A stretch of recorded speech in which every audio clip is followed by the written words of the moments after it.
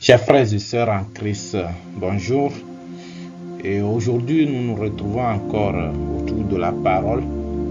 Et je crois que lorsque vous allez écouter ces paroles, ça va vous donner vraiment beaucoup de force et ça va vous fortifier vraiment dans la vie spirituelle. Et aujourd'hui, nous allons lire une partie de la Bible. Et cette partie que beaucoup de gens disent que ça résume la Bible. Et lorsque nous voudrons résumer toute la Bible en un verset, on peut résumer la Bible en Romains chapitre 3, le verset 23 et le verset 24. Donc ces deux versets résument toute la Bible.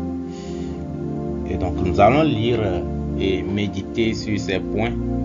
Et je crois que cette partie de la Bible, c'est le point tournant de la vie spirituelle. Donc Romains 3, le verset 23, il est dit: car tous sont péchés, sont privés de la gloire de Dieu.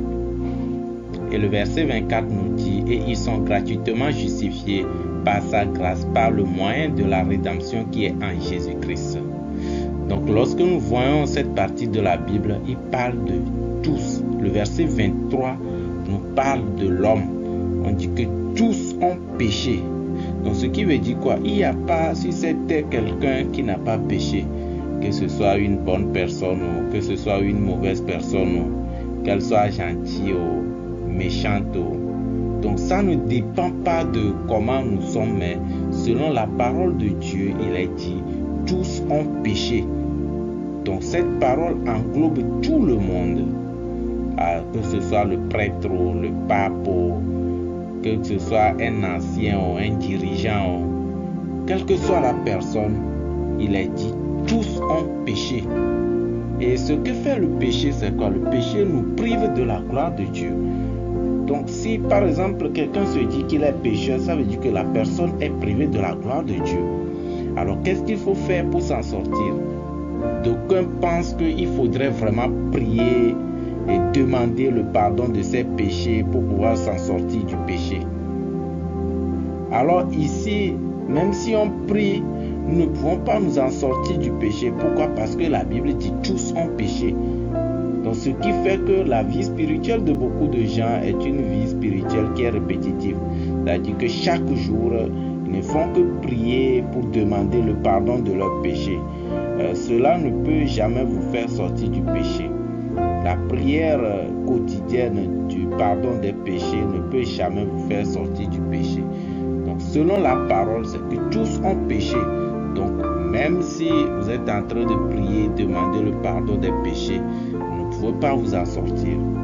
Alors comment est-ce qu'on peut s'en sortir? Tous ont péché, ils sont privés de la gloire de Dieu. Ça veut dire quoi? Même si on prie, puisque nous sommes privés de la gloire de Dieu, alors nous ne pouvons pas recevoir la faveur de Dieu. Le péché nous prive, nous déconnecte de Dieu. Et donc on dit, tous ont péché, sont privés de la gloire de Dieu. Donc comment est-ce qu'on peut être reconnecté à Dieu? Comment est-ce que nous pouvons devenir un avec Dieu? C'est ça qu'on nous explique dans le verset 24. Le verset 24 nous dit: et ils sont gratuitement justifiés par sa grâce, par le moyen de la rédemption qui est en Jésus-Christ. Donc selon la parole de Dieu, il est dit ils sont gratuitement justifiés. Gratuitement, le mot gratuitement veut dire quoi? Qu'est-ce qu'on fait pour être justifié? Ce n'est pas que nous devons faire quelque chose pour être justifié, non. Si nous devrions faire quelque chose pour être justifiés, la Bible aurait dit: et ils sont justifiés par la confession des péchés, ou bien par la prière pour le pardon des péchés. Mais la Bible dit plutôt: ils sont gratuitement justifiés. Donc le fait que beaucoup de gens veulent s'affranchir du péché en priant, en demandant le pardon des péchés, cela est contraire vraiment à la Bible. Cela ne vous affranchit pas d'ailleurs, parce que chaque jour vous faites la même chose, pensant que vraiment vous allez vous affranchir du péché. Ce qui fait que beaucoup de gens ils vont à l'église, 10 ans, 20 ans, 30 ans, ils font la même chose, même prière de repentance du péché, mais ils sont toujours pécheurs. Pourquoi? Parce que la prière ne nous affranchit pas du péché. Donc selon la parole dans le verset 24, Romains 3, verset 24, c'est purement le travail de Jésus-Christ. Il a dit, ils sont gratuitement justifiés. Donc la justice que Dieu lui nous donne, on dit que c'est gratuit. Donc nous n'avons rien à faire. Donc on dit, ils sont gratuitement justifiés par sa grâce. Donc le il la parle de qui? Le il la parle de tous qui ont péché. Donc tous ont péché. Et la Bible dit, ils sont gratuits et ils sont. Donc ça veut dire qu'on ne s'arrête pas le fait que nous avons péché, mais ça va jusqu'à dire que nous sommes gratuitement justifiés. Alors nous sommes gratuitement justifiés par sa grâce, par le moyen de la rédemption qui est en Jésus-Christ. Donc la rédemption qui est en Jésus-Christ, c'est une rédemption éternelle. D'aucuns posent la question en disant, ok, j'accepte que Jésus-Christ m'a justifié, mais si demain je pêche, ne suis-je pas encore pécheur? Mais regardez, la rédemption de Jésus-Christ, ce n'est pas une rédemption temporelle. Ce n'est pas une rédemption pour aujourd'hui seulement, mais je dis que c'est une rédemption éternelle. Donc, ce qui nous justifie, c'est la rédemption de Jésus-Christ, le rachat, le fait que Jésus-Christ ait payé le prix pour nos péchés. Et ce prix-là a été payé même avant que nous ne commettions le péché. Donc ce qui fait que nous devons croire juste à cette parole-là. Ce n'est pas que nous devons faire un travail pour être justifiés. Et donc, la justice ne s'obtient pas à travers la prière, à travers nos actions, mais à travers la rédemption qui est en Jésus-Christ. Donc, lorsque on voit que dans l'Ancien Testament, on faisait l'expiation du péché, c'est-à-dire que lorsque quelqu'un a commis le péché, ce n'est pas juste que la personne devrait aller prier, confesser, demander le pardon de ses péchés. Alors si la personne le fait comme ça, il ne sera jamais pardonné. Même si la personne se répand, il a la douleur pour ses péchés, ça, les péchés ne seront pas pardonnés. Pourquoi? Parce que selon la Bible, le salaire du péché, c'est la mort. Alors qu'est-ce qu'on faisait? La personne doit amener un animal.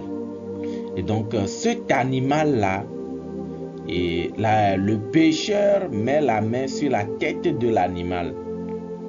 Et en présence du souverain sacrificateur. Et donc les péchés de la personne sont transférés à l'animal. Et donc après cela maintenant, on tue l'animal. Lorsqu'on tue l'animal, on prend le sang de l'animal qu'on met sur les cornes de l'autel. Et donc, la Bible dit dans Lévitique 17, le verset 11, le pourquoi on le fait, on dit quoi? Car l'âme de la chair est dans le sang. Je vous l'ai donné sur l'autel afin qu'il servît d'expiation pour vos âmes, car c'est par l'âme que le sang fait l'expiation. Donc selon Lévitique 17, le verset 11, c'est à travers le sang qu'on fait l'expiation. Donc c'est le sang qui efface nos péchés. Donc ce que vous devez comprendre ici, c'est quoi? Le sang efface nos péchés. Et après avoir fait ce sacrifice-là, supposons que quelqu'un il vient de commettre le péché, mais il prend un animal, il fait le sacrifice dans le tabernacle. Après avoir fait ce sacrifice-là, est-ce qu'il va dire qu'il est toujours pécheur? Non. Même s'il vient de commettre le péché, il est devenu juste. Jusqu'à quand? Jusqu'au moment où il va commettre encore un autre péché, alors il devient pécheur. Pourquoi? Parce que la rédemption que donnent les animaux, c'est une rédemption temporelle et non une rédemption éternelle. animaux ne peuvent pas expier les péchés éternellement. C'est pourquoi ce sacrifice-là est répétitif. Alors, lorsque nous voyons Jésus venu pour nous donner quoi? Une rédemption éternelle. Et Jésus-Christ est venu vers Jean-Baptiste. Et il est venu pour être baptisé. En fait, beaucoup de gens ne comprennent pas la signification du baptême de Jésus-Christ. Ce n'est pas pour nous montrer que nous aussi nous devons nous faire baptiser, que Jésus-Christ est venu se faire baptiser. Sinon, c'est lui qui aurait baptisé Jean-Baptiste. Mais le pourquoi Jésus-Christ a insisté que Jean-Baptiste devait le baptiser, cela est donné dans Matthieu chapitre 3, le verset 15. Jésus lui répondit: laisse faire maintenant, car il est convenable que nous accomplissions ainsi tout ce qui est juste. Et Jean ne lui résista plus. Donc Jean résistait à Jésus parce que Jean se disait: mais Jésus-Christ, il n'a pas de péché. Mais pourquoi c'est moi qui dois le baptiser? C'est lui plutôt qui doit me baptiser. Alors Jésus-Christ lui a expliqué en lui disant: non, il faut qu'on fasse cela pour accomplir tout ce qui est juste. En d'autres mots, Jean-Baptiste est le représentant de tous les pécheurs. Et vous allez voir que Jean-Baptiste s'est habillé avec un habit de peau. Et vous allez voir que Jean-Baptiste et Adam aussi, lorsqu'il a commis le péché, après cela, Dieu l'a fabriqué un habit de peau. Donc quand nous voyons, Jésus-Christ a dit: parmi ceux qui sont nés de femmes, il n'y a pas de plus grand que Jean-Baptiste. Donc Jean-Baptiste est le représentant de tous les êtres humains, le représentant des pécheurs. De la même manière qu'on le fait dans l'Ancien Testament, le pécheur met la main sur la tête de l'animal.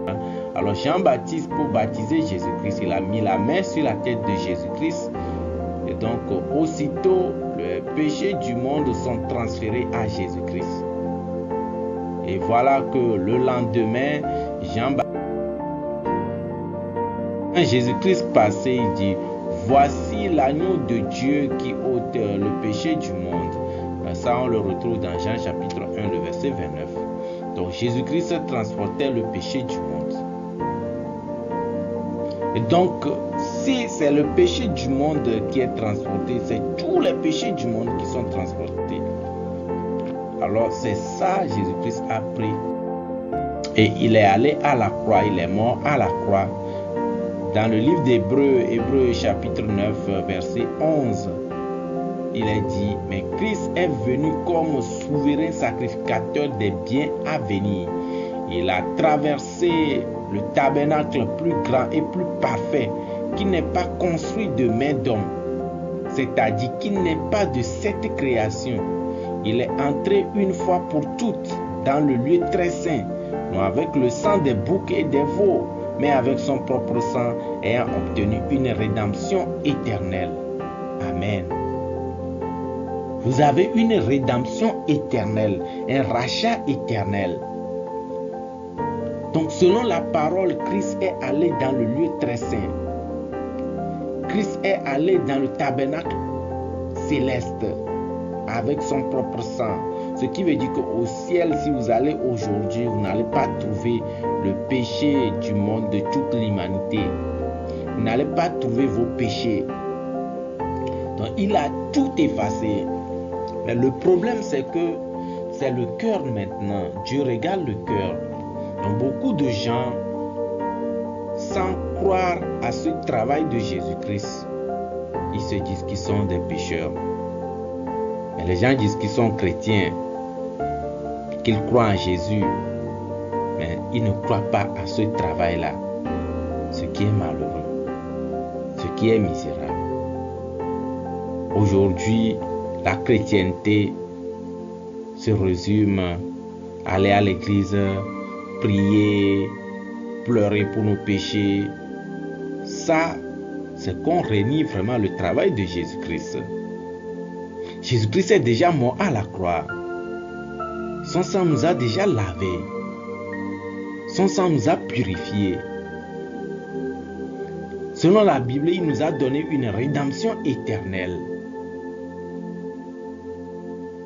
Et donc, nous avons besoin de croire en cela. Nos péchés sont éternellement effacés par le sang de Jésus-Christ à la croix. Et cela, il a pris son propre sang, qu'il est allé dans le tabernacle céleste et il nous a donné une rédemption éternelle. Donc, ce dont nous avons besoin, ce n'est pas prier, jeûner, confesser nos péchés, mais c'est de regarder plutôt ce que Jésus-Christ a déjà fait pour nous. Alors là, nous pouvons dire que nous sommes justes. Nous sommes justes par le sang de Jésus-Christ. Travail. Et ce travail-là est allé jusqu'à la fin. Et donc, Jésus-Christ, il a pris le péché de toute l'humanité. Donc, la croix, c'est le point de repère où tous les péchés de toute l'humanité ont été effacés. Il suffit de croire en ce travail-là. Mes péchés passés, présents et futurs ont été lavés à la croix. Donc je dois croire à ça. Et c'est ça qu'on appelle les chrétiens. Et je crois qu'en écoutant vous aussi, vous pouvez gagner cette foi-là en vous. Au lieu de vous culpabiliser tout le temps en disant que vous êtes des pécheurs, croyez plutôt au travail salvatrice de Jésus-Christ. Et ça va vous donner vraiment beaucoup de force dans votre vie. Que Dieu vous garde. N'hésitez pas à nous envoyer vos questions.